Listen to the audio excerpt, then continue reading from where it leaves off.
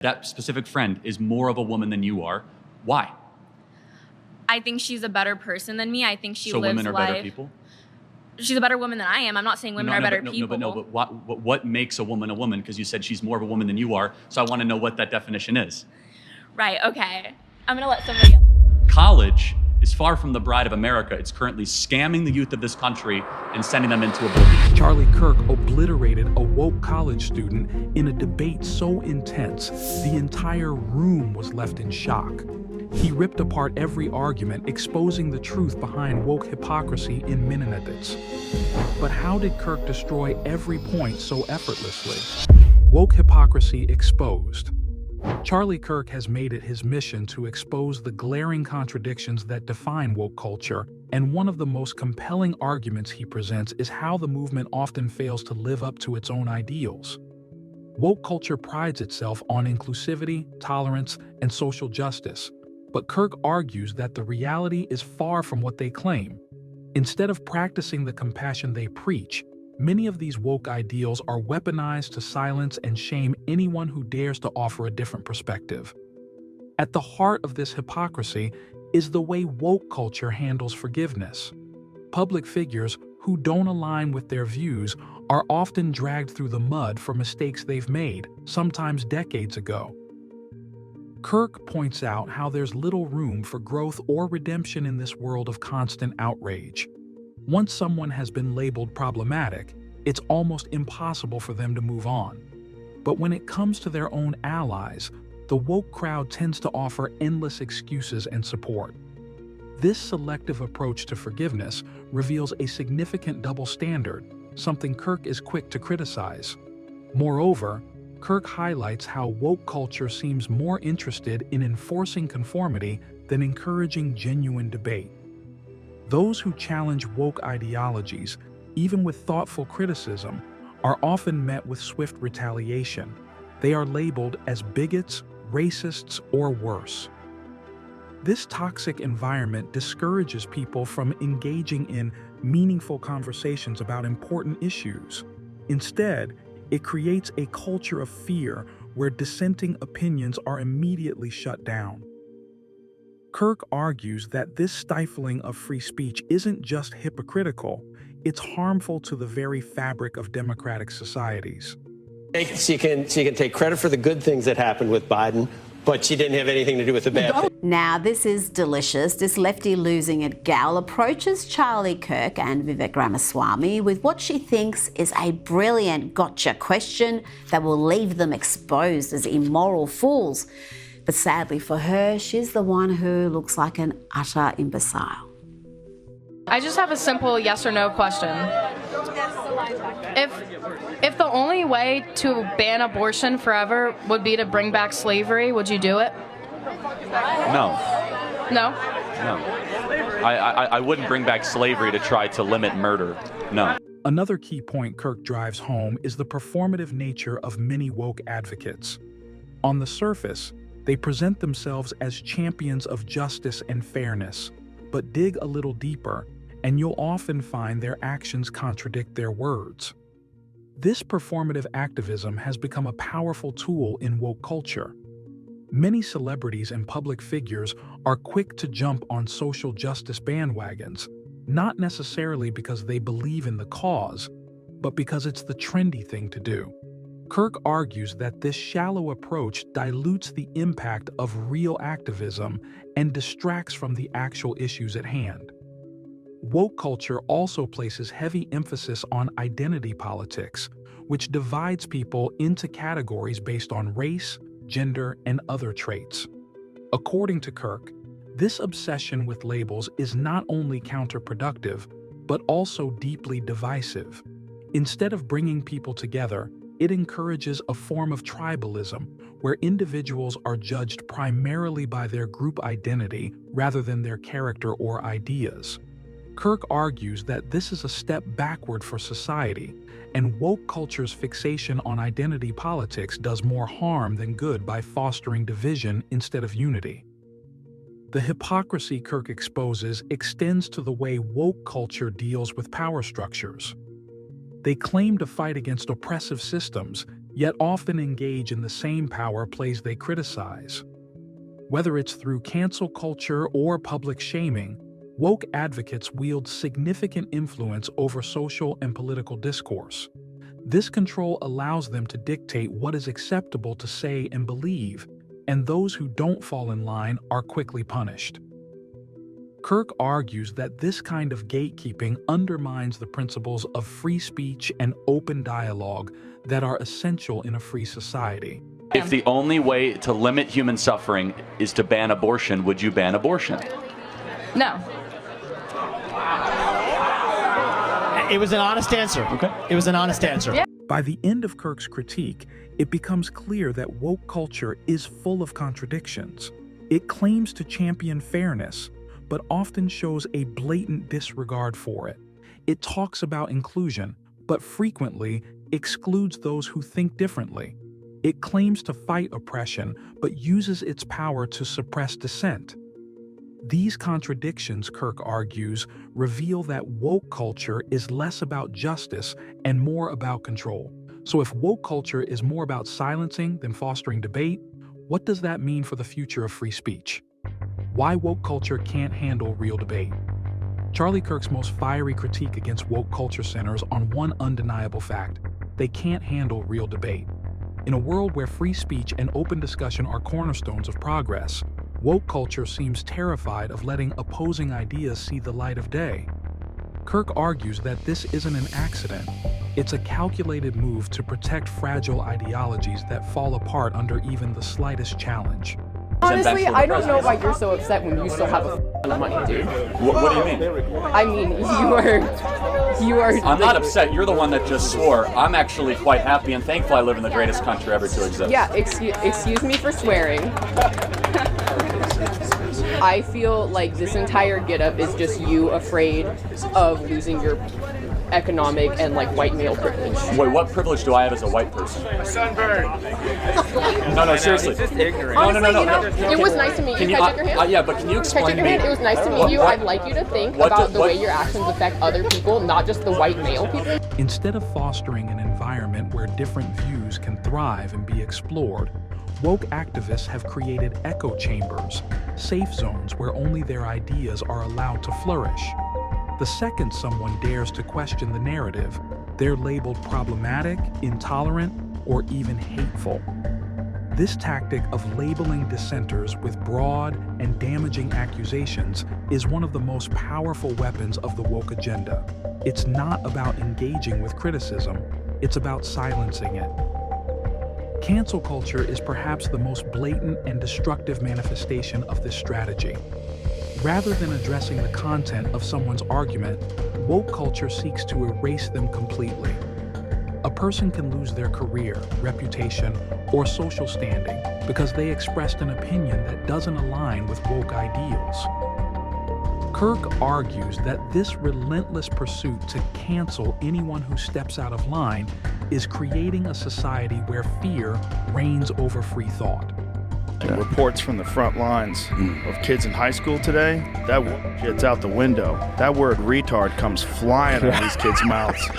They're bringing that back strong. Yeah. They are bringing that back strong. Yeah. I'll tell you, that woke thing, it got into college, and then the high school kids, the ones coming up now, they are rejecting it. One of the most high-profile examples Kirk points to is the backlash against Joe Rogan. Instead of debating the ideas presented on his podcast, activists launched a full-scale assault to de-platform him. The message is clear. There's no room for conversation, only control. Kirk calls this the height of intellectual cowardice. Woke culture knows its ideas are weak, so rather than defend them, they eliminate the opposition. This isn't about advancing society, it's about enforcing a rigid, one-sided narrative. The impact of this environment is devastating, Kirk argues. People are now afraid to express their true thoughts, terrified of being labeled and ostracized. Cancel culture doesn't just punish, it makes an example out of its targets, warning others to fall in line or face the same fate. Kirk sees this as a dangerous step towards censorship that could reshape society in a way where free speech becomes a thing of the past. Once that freedom is lost, getting it back will be nearly impossible. Or should we teach eugenics and ethics? No, there's some ideas that are so reprehensible and provably wrong, they shouldn't be in anywhere close to an academic environment. Now, a professor obviously has the freedom of speech to say what he or she wants individually, but from a curriculum standpoint, from what you're able to measure or test, to say that all of a sudden we're going to teach that race matters, that somehow that people are suffering from a pandemic of whiteness, as Coca-Cola would say, or just critical theory or critical race theory, no, that has no place in an educational environment. Woke culture claims to stand for marginalized voices, but the moment those voices express a different perspective, they are shut down. Kirk draws attention to the fact that when people from minority groups criticize woke ideologies, especially identity politics, they're treated with hostility. Rather than allowing for diversity of thought, woke activists demand complete and total agreement with their worldview. This creates a toxic, conformist environment where even marginalized voices are expected to toe the same line or risk being accused of betraying their identity. Kirk goes further, exposing the hypocrisy of woke culture when it comes to free speech. They loudly proclaim their right to speak out on the issues they care about, but deny that same right to anyone who disagrees with them. It's a double standard that erodes the foundation of open discourse and intellectual freedom. This isn't about justice or equality, Kirk insists. It's about control. Woke culture has figured out that if you can control the conversation, you can control everything. But here's the kicker. If woke culture truly believed its ideas were strong, wouldn't it welcome debate? Wouldn't it relish the chance to prove its superiority in the marketplace of ideas? Instead, it hides behind censorship, silencing opposition with tactics that, according to Kirk, reveal just how weak those ideas really are. The ugly truth about woke economics. The public school system was started by John Dewey 100 years ago. We survived without it for quite a while. What was it? During the signing of the Constitution, was the Federalists strongly supported? They were part of federalism was having a strong central government. But I would say it sounds like Federalists today would be like libertarians. Okay, just so but that's still a strong. They wanted a central small government. but strong But federal strong government. central government still sounds like socialism to me. And that's see, this is very sloppy intellectual thinking. That just because we want a police force, a border patrol, and we want clean streets, all of a sudden we become a socialist. But those are still social There is a services. spectrum between small and strong government and like Soviet-style communism. But we're not talking about that. We're talking about socialism. Right. And so as you define socialism, not it's a every confiscation form of private government is property. socialism. Would you acknowledge that? Kirk doesn't hold back when addressing the flawed economic ideologies embedded in woke culture. To him, this is where the movement's contradictions come into sharp focus. On the surface, woke advocates speak out against capitalism and push for wealth redistribution. But dive deeper, and you'll see a tangled web of unrealistic policies that could wreck the very systems that support society. Woke economics isn't about fixing problems, it's about virtue signaling, and it hides some ugly truths that Kirk is more than happy to expose. One of the most troubling aspects of woke economics is the demand for wealth redistribution. On paper, this sounds like a noble goal, taking from the rich to give to the poor. But Kirk points out a critical flaw. Woke activists often fail to understand how wealth is created in the first place. They treat money like a pie that can simply be divided up. But the truth is that wealth has to be generated through hard work, innovation, and risk-taking. By demonizing the wealthy and pushing for extreme taxation, woke policies threaten to stifle the very entrepreneurship that drives economic growth. Kirk is quick to criticize woke calls for a universal basic income, an idea that's been championed by some as a solution to poverty. At first glance, UBI seems like an easy fix. Just give everyone a guaranteed income. But Kirk argues that this policy would have catastrophic economic consequences.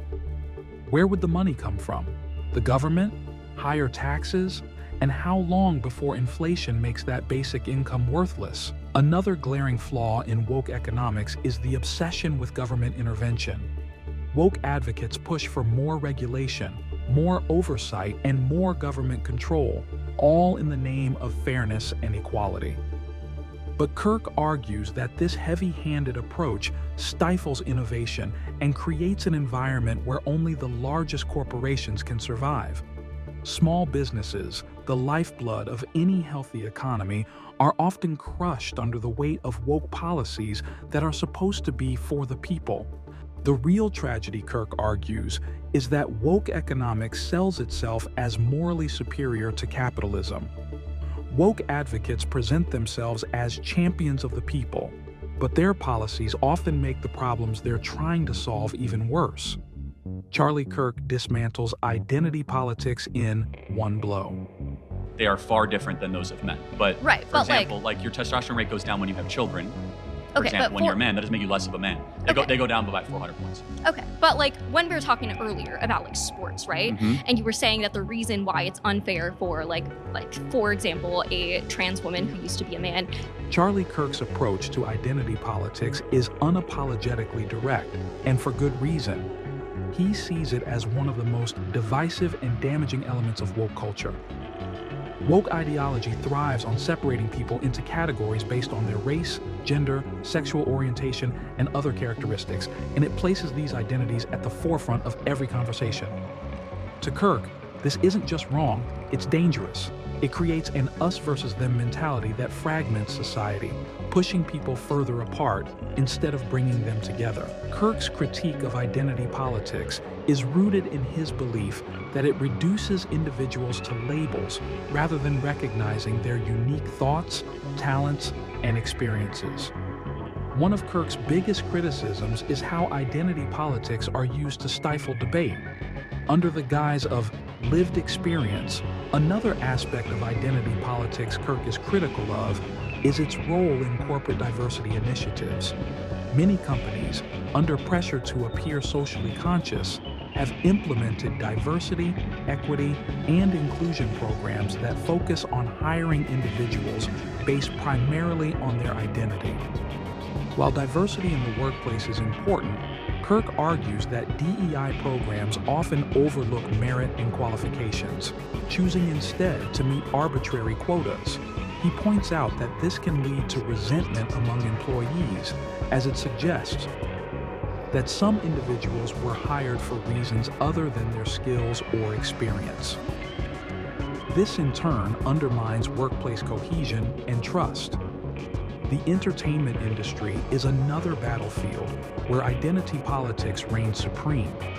Hollywood has increasingly prioritized diversity casting, sometimes at the expense of the story or the audience's experience. Kirk points to the backlash surrounding the 2022 Oscars as a prime example of this. Will Smith's infamous altercation with Chris Rock overshadowed the fact that the Academy Awards had focused heavily on identity politics in their nomination process, with an emphasis on promoting diversity over quality. Kirk argues that while representation is important, reducing people to their identities, whether in hiring, awards, or any other area, only perpetuates division and tribalism. It takes the focus away from talent, hard work, and individual merit, all of which should be at the heart of success. Kirk doesn't stop there. He highlights how identity politics are weaponized in the media, with journalists and pundits using race, gender, or sexual orientation to push specific narratives. One example he often cites is the treatment of Candace Owens, a prominent conservative commentator who is frequently criticized by woke activists for not aligning with what they consider acceptable views for a black woman. Kirk argues that this is a clear case of identity politics at work, where Owens is attacked not for her ideas, but because she refuses to conform to the political expectations placed upon her by woke culture. In Kirk's view, identity politics is ultimately about control. By dividing people into categories and setting rigid rules about who can speak on certain issues, woke culture consolidates power. It creates a system where only the voices that align with their ideology are heard, while those that challenge the status quo are sidelined or silenced. This, Kirk argues, is the antithesis of what a free and open society should be. Instead of focusing on identity, Kirk believes we should be celebrating individuality, merit, and the free exchange of ideas. If woke culture's identity politics are tearing apart the fabric of society, how much more damage can be done by cancel culture's ruthless assault on free expression? Cancel culture's worst nightmare is here. In Charlie's eyes, cancel culture is one of the most terrifying weapons in the woke arsenal, a tool used to silence, control, and destroy those who don't fall in line with the dominant narrative. Cancel culture doesn't just aim to challenge ideas, it aims to erase people from public life entirely. Once you've been targeted by the cancel mob, there's often no coming back. Kirk calls this a dangerous trend that undermines the very foundation of free speech and democratic society. Okay. So the Nazi guards at concentration camps, they thought they were doing right. Were they doing right? No. In your opinion or objectively? In my opinion, no. But what if they were to say we were doing right? Well, then we have an argument, me and them. And then we have a fight, and then we have a war, and then it is what it is. That's how it is. When somebody goes and rapes a woman here on campus, are they wrong? Yes. Why? Because that is something you should not do. Oh, so they should not do. Hold on a second. You just did a should statement. You didn't do a should statement with the Taliban with little boys. What does should mean? I mean, what are you comparing should to? Myself. Are you? Yes. So it's your morality that Yes. triumphs over any objective laws. Cancel culture isn't just about disagreeing with someone's ideas. It's about making sure they never get the chance to speak again. One of the clearest examples of this is the J.K. Rowling controversy. After making remarks about gender identity that didn't align with woke ideology, Rowling was subjected to intense backlash, with activists calling for her books to be boycotted and her influence in the literary world to be erased. Kirk points to this as a perfect illustration of how cancel culture operates, not through debate, but through destruction. Rowling's decades-long career and contributions to literature meant nothing in the face of woke outrage, all because she dared to voice an unpopular opinion. But cancel culture's reach doesn't stop with celebrities. Ordinary people have found themselves in the crosshairs, losing jobs, opportunities, and reputations because of a single tweet or an out-of-context remark. The entertainment industry has been a hotbed for cancel culture, with countless figures being canceled for remarks, jokes, or opinions made years or even decades ago. Kevin Hart, for instance, was forced to step down from hosting the Oscars over old tweets, despite apologizing and expressing growth. Kirk sees this as a symptom of a larger problem: woke culture's obsession with moral purity. In this environment, there's no room for mistakes, growth, or learning from the past. Once you're deemed problematic, your entire legacy is called into question, no matter how much good you've done or how much you've evolved. Kirk argues that cancel culture's long-term effects are chilling. When people are afraid to speak their minds, creativity and innovation suffer. When everyone is constantly walking on eggshells, worried about being canceled, it stifles honest conversation and open dialogue. This fear-based culture, Kirk claims, is the true danger of woke ideology. It creates a society where free speech is dead, and only the most rigidly conformist ideas are allowed to flourish. What do you think? Can free speech survive in a world dominated by woke culture and cancel mobs? Let us know what you think in the comments below. If you enjoyed this breakdown, don't forget to hit that like button and subscribe to stay updated on more deep dives into today's most controversial topics. We've got plenty more coming, and you won't want to miss it. Thanks for watching, and I'll see you in the next video.